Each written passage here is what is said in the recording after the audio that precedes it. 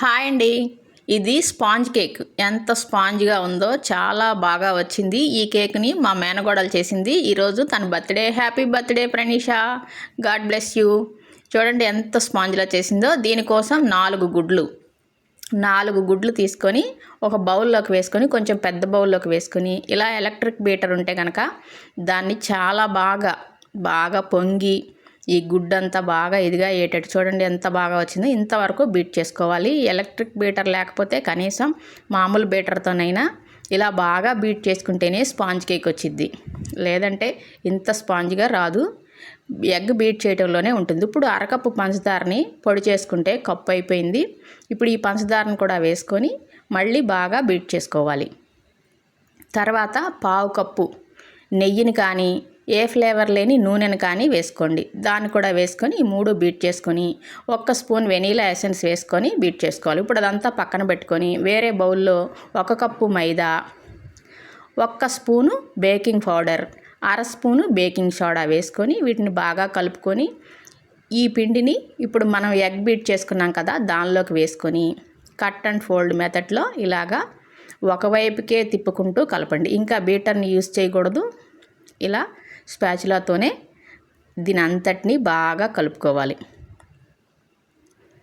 ఇలా మొత్తం బాగా కలిసిపోయేటట్టుగా బాగా కలుపుకోండి. ఇలా కలుపుకునేటప్పుడే మనం కుక్కర్ని ఫ్రీ హీట్ చేసుకోవాలి. ఇది బాగా పిండి అంతా ఉండలు లేకుండా బాగా కలిసిపోవాలి. ఇదిగో ఈ కన్సిస్టెన్సీలో ఉంటే మనకి స్పాంజ్ కేక్ బాగా వస్తుంది. ఇప్పుడు పొయ్యి మీద కుక్కర్ పెట్టుకొని దాన్ని ఫ్రీ హీట్ చేసుకోండి. కొంచెం హైలో పెట్టి కింద స్టాండ్ వేసి ఫ్రీ హీట్ చేసుకోండి. మూత పెట్టి గ్యాస్ కట్టు విజిల్ ఏం పెట్టకుండా.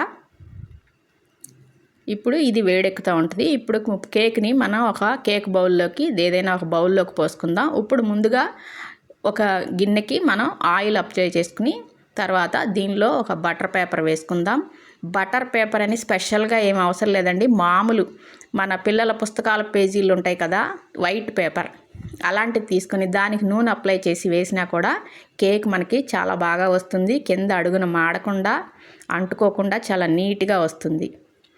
పిల్లల స్కూల్ నోట్బుక్లోని పేపర్ అయినా వేసుకోవచ్చు దానికి బాగా ఆయిల్ అప్లై చేసి.